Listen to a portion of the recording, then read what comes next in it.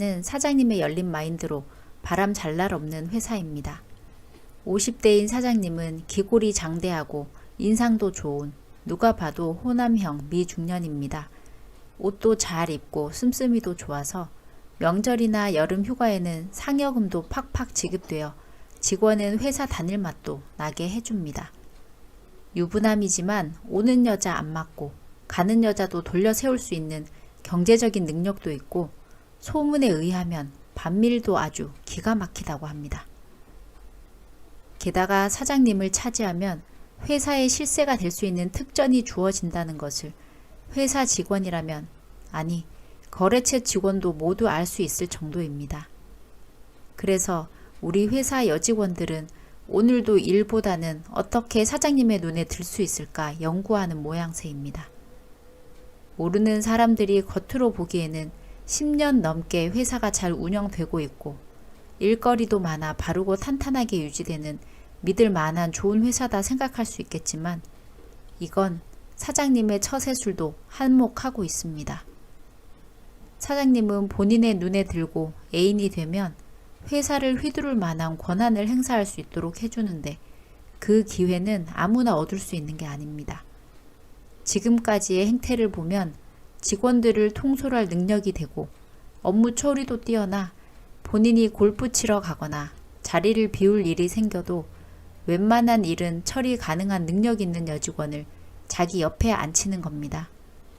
우리 회사 특성상 서류 작업이 많은 회사라 사무 여직원이 많은데 아시다시피 여직원들이 많은 회사는 바람 잘 날이 없으니까요. 현 실세는 40대의 유부녀 과장인데 성깔이 보통이 아닙니다. 본인도 불륜이지만 회사에서의 사장님의 옆자리를 차지하고 있다는 당당함은 말로 할 수 없습니다. 저는 그런 과장님을 보며 과연 남편은 그 사실을 알고 있는 걸까? 모르는 걸까? 나라면 언젠가는 발각될 것 같아 불안한데 참으로 강심장이라는 생각도 듭니다. 밥을 먹을 때도 회의를 할 때도 모두가 부러워하면서도 아니꼬아하는 그 자리에 당연한 듯 앉아 주위를 둘러보곤 했는데 그때마다 저는 정글에서 우두머리를 차지한 암사자가 연상되었습니다. 못 모르고 덤볐다간 피를 철철 흘리고 갈기갈기 찢기고 말 거라는 걸 회의에 참석한 모두가 암묵적으로 알고 있었습니다. 그 자리를 차지하기 위해 얼굴이나 몸매만 믿고 덤볐다간 하룻밤에 즐거웠던 추억으로 끝나버리고 만다는 것을 여직원들도 모두 알고 있지만 혹시나 하는 마음에 회식이 있는 날이면 사장님 옆자리는 문전성시입니다. 사장님은 몸 관리를 어떻게 하는지 여직원들이 권하는 술을 마다하지도 않고 다 받아 마시는데도 잘 취하지 않고 같이 건배까지 하며 즐기는 지경입니다. 흥이 오르고 취한 여직원들이 혀 꼬부라진 소리로 몸을 들이밀며 사장님에게 접근하면 실세 과장님은 일단 눈빛에서 레이저를 발사하며 입은 떼지 않았지만 오케이 거기까지 더 이상은 알지? 이 말이 들린 것 같은 건 착각일까요? 아무리 이리저리 치고 들어가려고 해도 워낙 과장님의 초롱성이 튼튼해 마지막 술자리 끝나고 해산하는 길은 사장님과 과장님이 대리 불러서 사장님의 차를 타고 우리와 멀어지는 걸로 끝납니다. 물론 집으로 들어가지는 않고 그들만의 이 차를 가는 거라 짐작만 할 뿐입니다. 그러다 큰 일이 터진 것은 회사에서 양평으로 1박 2일 야유회를 가던 날 밤입니다. 우리 회사는 2년에 한 번씩 서울과 부산에 있는 지점까지 150명 정도의 직원이 같이 모여 야유회를 하는데 낮에는 체육 대회를 하고 저녁을 먹은 후 밤에는 레크레이션 진행자를 불러 오리엔테이션도 하고 장기자랑 시간도 가지고 마지막으로 캠프파이어를 하며 공개적인 일정은 끝이 납니다. 레크레이션 시간에는 출장 MC가 와서 사회를 봅니다. 다들 즐기는 분위기로 재미난 게임을 몇 가지 진행하는데 입술로 종이 옮기기 게임, 빼빼로 게임, 둘이서 꽉 안아서 풍선 터트리기 등 원래의 의도는 미혼 남녀들에게 연애를 할 수 있는 실마리를 마련해주는 그런 장이었으나 어느새 변질되어 사장님 쟁탈전으로 변해갔습니다. 빼빼로는 사장님 입 속에서 가루도 없이 먹어치우고 종이 옮기기이지만 마음만 앞선 여직원은 종이가 떨어진 것도 상관 않고 사장님한테 입술 갖다 대고 비비고 풍선 터트리기는 세계 신기록을 세울 만큼 엄청나게 풍선을 가운데 두고 세게 끌어안아 제꼈습니다. 보는 제가 다 지치더군요. 이만하면 들이대는 여직원보다도 다 받아주는 사장님이 정말 대단해 보였습니다. 그 후로는 비공개 일정인 뜨거운 밤의 기행이 시작됩니다. 방이 몇 개가 되니 서로 이 방 저 방 왔다 갔다 하며 술을 마시기도 하고 밖에서는 캠프파이어하고 남은 불씨를 둘러싸고 술자리가 벌어지기도 했습니다. 그 중에서도 가장 핫한 곳은 바로 사장님이 머무는 숙소였습니다. 야심에 가득 찬 여직원들이 하나 둘 사장님 곁으로 모여들기 시작했습니다. 여직원들이 많이 모여 있으니 남자 직원들도 자연적으로 따라오게 되고 큰 방에 벽 쪽에 등을 기대고 모두 빙 둘러앉아 술을 마시는 분위기였습니다. 그 중에 여직원 한 명이 술이 많이 취했는지 사장님한테 가서는 혀 꼬부라진 소리로 사장님, 제가 너무 좋아하는데 왜 내 마음을 몰라주세요. 아잉 하며 몸을 맡기며 매달리는데 사장님은 사람들이 모두 보고 있어서인지 점잖게 윤영씨 많이 취했나 보네. 좀 쉬어야 될 것 같은데 방이 어디예요? 데려다 줄게. 하며 쉬러 보내는 제스처를 취하고는 겨드랑이에 양팔을 넣고는 그 여직원을 데리고 밖으로 나가려고 했습니다. 비틀거리는 폼이 사장님도 벌써 거나하게 취해 있었던 터라 혼자서 취한 사람 데리고 나갈 상태는 아니었습니다. 남직원들이 몇 명 일어나서 같이 데리고 나가려고 하자 됐어. 나 혼자서도 충분하니까 술 마시고 놀고 있어. 금방 데려다 주고 올게. 눈치 빠른 사람들이 보기에 둘의 모습은 그냥 데려다 주고 온다기에는 벌써 여직원은 사장님에게 반은 안겨있고 사장님이 여직원을 잡은 손에는 힘이 들어가 있는 게 보일 정도였습니다. 비틀비틀 둘의 모습이 하나로 엉켜 사라지고 나서 남은 사람들은 술 마시기 게임도 하고 부산지사와 본사 업무 협조가 되려면 이렇게 해달라 일 얘기하는 사람도 있고 각자 어울리고 싶은 그룹에 가서 즐기고 있었습니다. 근데 한참이 지나고 금방 온다던 사장님은 돌아오지 않아 술 마시며 얘기하는 중에도 틈틈이 직원들끼리 서로 사장님 왜 안 오시지?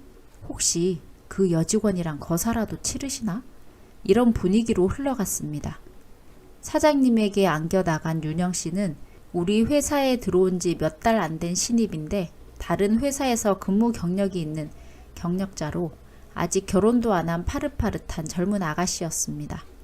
자기가 몸매가 좋은 걸 잘 알고 있고 자신감도 넘치는 편이었습니다. 제가 보기에는 도끼병도 좀 있어서 모든 남자들이 자기를 좋아할 거다. 착각 속에 살고 있는 것 같은데 그것도 꼭 틀린 말은 아닌 게 실제로 윤영씨를 좋아하는 남자 직원들이 꽤 됐습니다. 저녁에 퇴근하면서 윤영씨 오늘 퇴근하고 뭐해? 저녁 먹고 볼링이나 치러 갈까?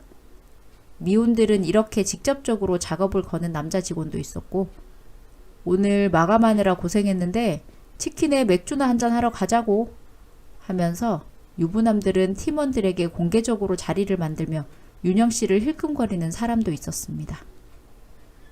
딱 봐도 남자가 좋아하는 스타일인데 본인도 이 남자 저 남자 만나는 걸 즐기는 듯 평소에 일을 할 때도 밥을 먹을 때도 얘기를 할 때도 언뜻 보이는 기술이 쟤는 선수다. 남자 후리는데 선수야. 짐작이 갔습니다.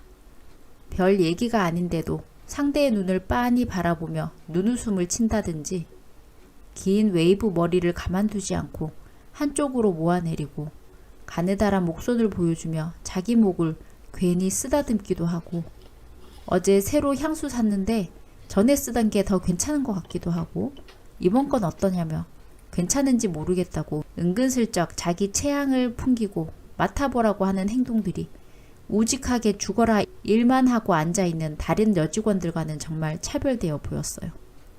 윤영씨는 공평하기도 해서 결혼을 했든 안 했든 가리지 않고 남자면 모두 끊임없이 저런 수작질을 걸었습니다. 물론 원래 친절하고 상냥한 성격인 걸 제가 같은 여자로서 윤영씨가 인기 있는 걸 질투하는 거라 생각하실 수 있는데 그 말이 맞을 수도 있어서 부정은 못하겠네요. 저는 이 회사에서 근무한 지 오래되었지만 그동안 그 많은 남자 직원 중에 저 좋다는 사람은 한 명도 없었습니다. 그래서 남자들이 많이 따르는 윤영씨가 부럽기도 하고 끊임없이 저렇게 많은 남자들을 관리하며 상냥하게 대하는 것도 대단하다는 생각이 들었습니다. 옷을 입어도 굴곡진 몸매가 다 드러나는 정장이나 짧은 스커트를 입고 화장도 한 듯 안 한 듯 피부도 좋고 남자뿐만 아니라 여자라도 누구나 마주치면 한 번쯤 돌아볼 만한 그런 여자였습니다. 그런 여자가 좋다니 사장님도 그냥 방에만 데려다 주기 아쉬웠겠죠. 펜션이 외지고 산 밑에 있어 주위가 깜깜하고 으슥한 곳이니 맘만 먹으면 일 치르기에는 충분한 환경이었습니다.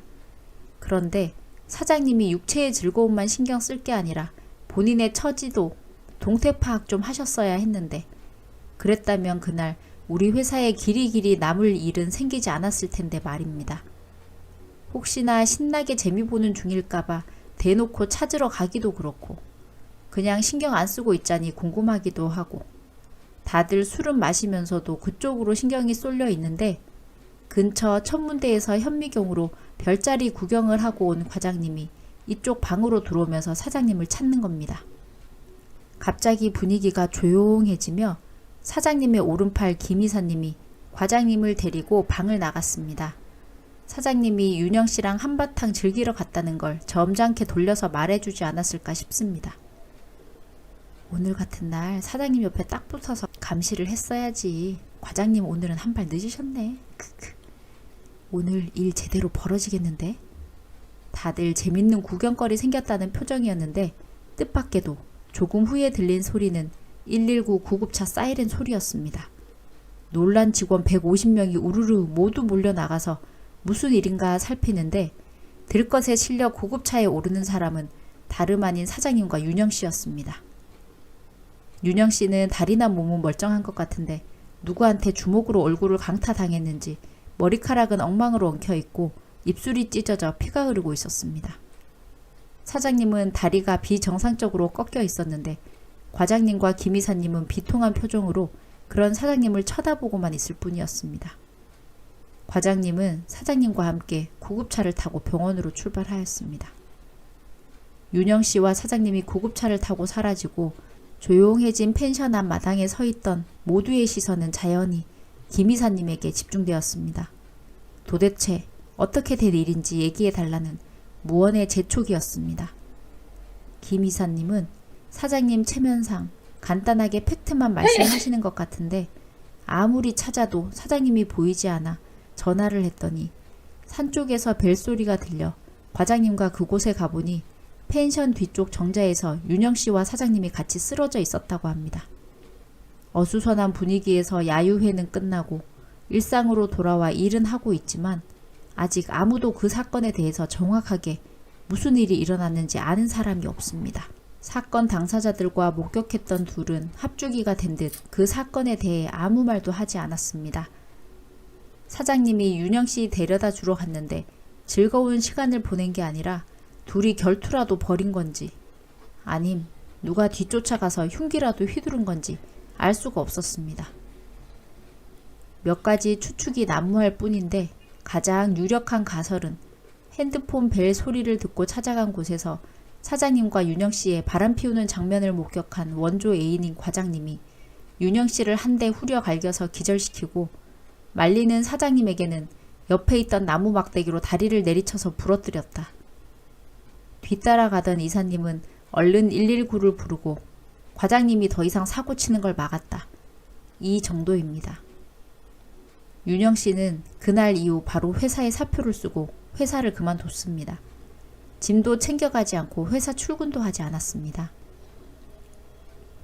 과장님이 택배로 보내주겠다고 상자에 모두 집어넣어서 어디론가 들고 갔는데 그게 정말 윤영씨의 집인지 어디 갖다 버린 건지도 잘 모르겠습니다. 사장님은 다리가 부러져 몇 개월 동안 깁스를 하고 다니다 푼 지 얼마 되지 않았는데 아직 다리가 조금 절뚝이는 것 같기도 합니다. 그리고 왠지 과장님을 마주치면 무서워하며 피하는 것 같기도 한데 과장님은 전혀 개의치 않고 굳건히 사장님 옆자리를 차지하고 있습니다. 그동안 사장님 쟁탈전으로 들끓었던 우리 회사는 그 미스터리한 사건 이후로 완전히 평정되었습니다.